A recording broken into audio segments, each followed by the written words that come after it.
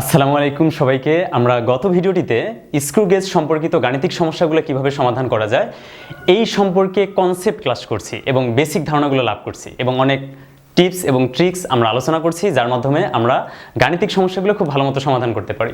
এই ভিডিওটিতে আমরা এই অধ্যায়ের সবচেয়ে ইম্পর্টেন্ট এবং সর্বশেষ এবং খুবই ছোট তিনটা কথা বলছি। ইম্পর্টেন্ট, সর্বশেষ এবং সবচেয়ে ছোট টপিক যেটা ত্রুটি, এইটা নিয়ে কিছু কথাবার্তা বলবো। খুব অল্প কিছু থিওরি জানলেই আমরা এইটা থেকে আসা সকল ম্যাথ সলিউশন করতে পারবো। এবং এখানে একটা ছোট্ট কথা আমার, সেটা হচ্ছে যে আমি এসএসসি ফিজিক্সের প্রত্যেকটা চ্যাপ্টারের যে বোর্ড সলিউশনগুলো দিচ্ছি তোমাদেরকে, তো প্রায় অ্যাবাউট 7,000 স্টুডেন্ট, প্রায় 7,000 স্টুডেন্টের মতো তোমরা এই ভিডিওগুলোর ভালো রিভিউ দিচ্ছ এবং তোমরা এগুলোকে দেখতেছো, ঠিক আছে? তোমরা আমাদেরকে জানাচ্ছ যে না, তোমরা উপকৃত হচ্ছে এই ভিডিওগুলো দ্বারা। এখন এটা একটা মোটিভেশনের ব্যাপার যে তোমাদের সামনে দাঁড়ায় ক্লাস নেই, আশেপাশে কেউ নেই, একটা ক্যামেরার সামনে দাঁড়ায় আমি ক্লাস নিতেছি, এটা একটা অনুপ্রেরণা। এই অনুপ্রেরণাটাকে আরেকটু যদি বাড়াতে চাও তাহলে তোমরা এই যে এত স্টুডেন্ট আমার সাথে এঙ্গেজড, তোমরা যদি লক্ষ্য করো তাহলে দেখবা আমার চ্যানেলের সাবস্ক্রিপশন কিন্তু খুবই কম, ঠিক আছে? তো তোমরা যেটা করতে পারো, আমার এই অনুপ্রেরণাটাকে আরেকটু বৃদ্ধি করার জন্য তোমরা বন্ধুদের মাঝে এটা শেয়ার করতে পারো, ছড়াই দিতে পারো। এবং তোমরা যারা দেখো, এই যে 6,000+ স্টুডেন্ট, 7,000+ স্টুডেন্ট তোমরা এই ভিডিওগুলো দেখতেছো, তোমরা সাবস্ক্রিপশন করে রাখতে পারো, ঠিক আছে? এটা আমার জন্য একটা অনুপ্রেরণা হবে। আচ্ছা, ঠিক আছে, চলো শুরু করা যাক।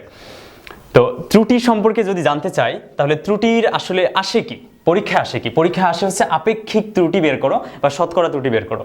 আচ্ছা, এই শতকরা ত্রুটি বের করার জন্য আমাদের যে স্টেপগুলো ফলো করতে হবে, সেই স্টেপগুলো আমি একটু লিখে দিচ্ছি। প্রথম স্টেপ হচ্ছে পরিমাপকৃত মান বের করতে হবে। পরিমাপকৃত মান আমি সবগুলো আবার বোঝাই দিচ্ছি, শুধুমাত্র লিখে নিতেছি আগে। দেখো, পরিমাপকৃত মান এটা লাগবে প্রথমে। দ্বিতীয় স্টেপ আমরা যেটা করব সেটা হচ্ছে সর্বোচ্চ মানটা বের করব, পরিমাপের সর্বোচ্চ মান। তৃতীয় স্টেপে কি করব? পরিমাপের সর্বনিম্ন মান বের করব, সর্বনিম্ন মান। তিনটা স্টেপ শেষ। চতুর্থ স্টেপে যেটা করব, চূড়ান্ত ত্রুটিটা বের করব, যে আমাদের ত্রুটিটা যে হয়েছে সেটা চূড়ান্ত ত্রুটি কত, চূড়ান্ত ত্রুটি বের করব। এবং লাস্ট স্টেপে যেটা করব আমরা, লাস্ট স্টেপে 5 নম্বর স্টেপে আমরা যেটা করব, আপেক্ষিক ত্রুটি, আপেক্ষিক অথবা এটাকে বলা হয় শতকরা, ঠিক আছে? আপেক্ষিক বা শতকরা ত্রুটি বের করব, আপেক্ষিক বা শতকরা ত্রুটি বের করব, ঠিক আছে? এটা বের করব। এই যে এই স্টেপগুলো তোমাদের হচ্ছে দেখবা, দৈর্ঘ্য অথবা ক্ষেত্রফল অথবা আয়তন, এই তিনটার ক্ষেত্রে হয় সাধারণত।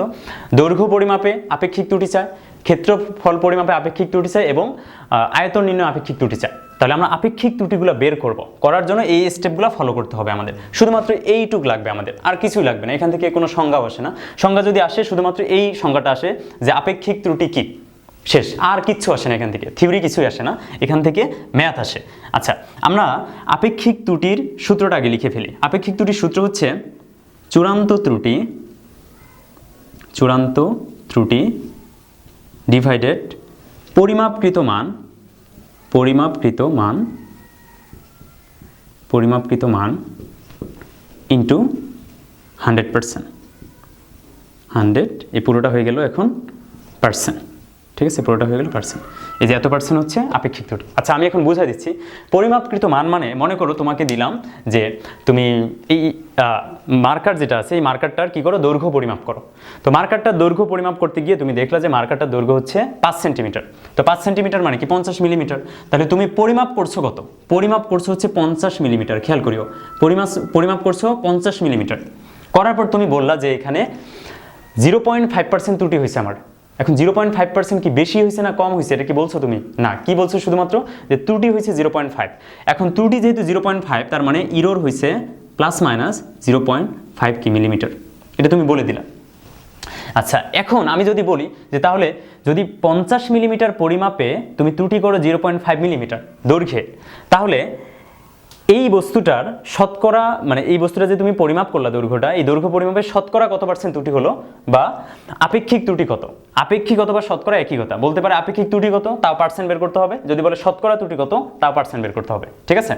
আচ্ছা, এখন আসো, তুমি পরিমাপ করছো কত? 50 মিলিমিটার। তার মানে তোমার পরিমাপকৃত মান হচ্ছে 50 মিলিমিটার। খেয়াল করিও ভালো মতো, হ্যাঁ, 50 মিলিমিটার। সর্বোচ্চ মান কত? সর্বোচ্চ মানে দেখো, এই যে ত্রুটিটা করছো, ত্রুটিটা বেশিও হতে পারে, কমও হতে পারে। তাহলে এই পরিমাপ করা যে মানটা তার চেয়ে যদি বেশি হয় তাহলে কি হবে, প্লাস করতে হবে। তাহলে সর্বোচ্চ মানটা কি হবে, যে আমি যে মাপটা নিছি সেটা সর্বোচ্চ যদি হয় তাহলে 50-এর সাথে কি করব, ওই ত্রুটিটা যোগ করব 0.5, ঠিক আছে, বা এটা কত হবে 50.5 মিলিমিটার। মানে তুমি যে মেজারমেন্টটা নিছো সেটা সর্বোচ্চ 50.5 মিলিমিটার হতে পারে। কেন? কারণ তোমার ত্রুটি হয়েছে 0.5%, সরি 0.5 মিলিমিটার। সেটা বেশি নাকি কম সেটা তো বলা যায় না, ত্রুটি মানে ত্রুটি। তাহলে যদি সর্বোচ্চ নেই তাহলে এটা বেশি হতে পারে 0.5 অথবা 0.5 কম হতে পারে। তাহলে বেশি যেটা সেটা সর্বোচ্চ, কমটা সর্বনিম্ন। তাহলে সর্বনিম্ন মানটা কি হবে, তোমার পরিমাপ ছিল 50, এখান থেকে বাদ দিবা কি, বাদ দিবা ত্রুটিটা। তাহলে কি সর্বনিম্ন কত পার্টটা হতে পারে, 49.5 মিলিমিটার। এই দুটো কি বুঝছো, মানে ত্রুটি মানে বেশি হতে পারে কমও হতে পারে। বেশি বিবেচনা করলে সর্বোচ্চ, কম বিবেচনা করলে সর্বনিম্ন। এরপর হচ্ছে চূড়ান্ত ত্রুটি। এখন এই চূড়ান্ত ত্রুটি বের করার সময় ঠিক আমি যেভাবে লিখতেছি এই সিকোয়েন্সে তোমরা লিখবা, ঠিক আছে। চূড়ান্ত ত্রুটি নির্ণয়ের সময় আমরা দুইটা ফর্মুলা ইউজ করব। এই দুইটা ফর্মুলা থেকে আবার বিবেচনা করে কম্পেয়ার করে আমরা একটা মান নেব। সেটা কীরকম দেখো, চূড়ান্ত ত্রুটি যখন নির্ণয় করব তখন প্রথম সূত্রটা হচ্ছে সর্বোচ্চ যে মানটা, সর্বোচ্চ মান মাইনাস কি পরিমাপকৃত, মানে পরিমাপ করে তুমি কত পাইছো পরিমাপকৃত, এটা একটা। আরেকটা হচ্ছে পরিমাপকৃত মান, পরিমাপকৃত মান মাইনাস সর্বনিম্ন মান, সর্বনিম্ন মান, ঠিক আছে। তাহলে সর্বোচ্চ থেকে পরিমাপকৃত বাদ দেবো, এখানে একটা মান পাবো। আবার পরিমাপকৃত থেকে সর্বনিম্ন মান বাদ দেবো, সেখানে একটা মান পাবো। এখন দেখো সর্বোচ্চ মান থেকে পরিমাপকৃত মান বাদ দাও। সর্বোচ্চ কত ছিল 50.5, এই যে 50.5 থেকে পরিমাপকৃত মান ছিল 50, বাদ দিলে থাকে হচ্ছে 0.5 মিলিমিটার। ওকে, পরিমাপকৃত মান থেকে সর্বনিম্ন বাদ দাও। পরিমাপকৃত মান কত, পরিমাপকৃত মান পাইছি হচ্ছে 50, এখান থেকে সর্বনিম্ন মান বাদ দাও কত 49.5, এটা যদি বাদ দাও তাহলে এখান থেকে মানটা কত আসতেছে 0.5 মিলিমিটার। ওকে, তাহলে সর্বোচ্চ মান মাইনাস পরিমাপকৃত মাইনাস সর্বনিম্ন, এই দুইটা মান থেকে আমি যে মান দুইটা পাইছি এই দুইটা কম্পেয়ার করব।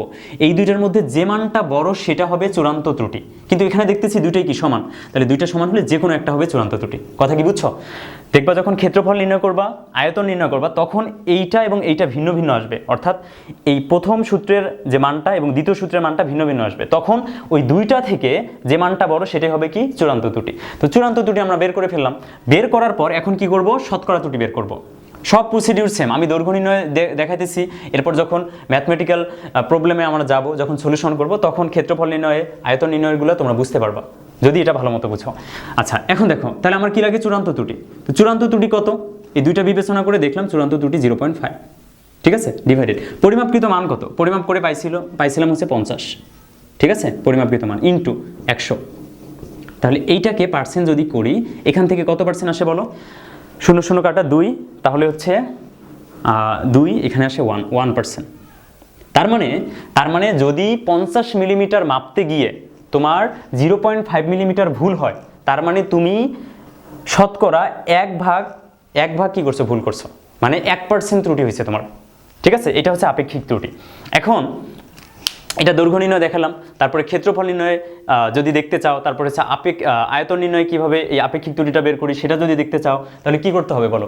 আমার প্লেলিস্টে গিয়ে বোর্ড সলিউশন দেওয়া আছে এসএসসি ফিজিক্সের বোর্ড সলিউশনে দেখবা লেখা আছে এসএসসি ফিজিক্স চ্যাপ্টার 1 শেষের দিকে, চ্যাপ্টার 1-এ ঢুকবা, দেখবা বোর্ডের সবগুলো ম্যাথ সুন্দর মতো সলিউশন করে দেওয়া আছে। ত্রুটির ম্যাথ বের করবা, সেখান থেকে প্র্যাকটিস করে ফেলবা এবং এই বেসিকটা সুন্দর মতো খাতায় লিখে নিবা এখন, ঠিক আছে।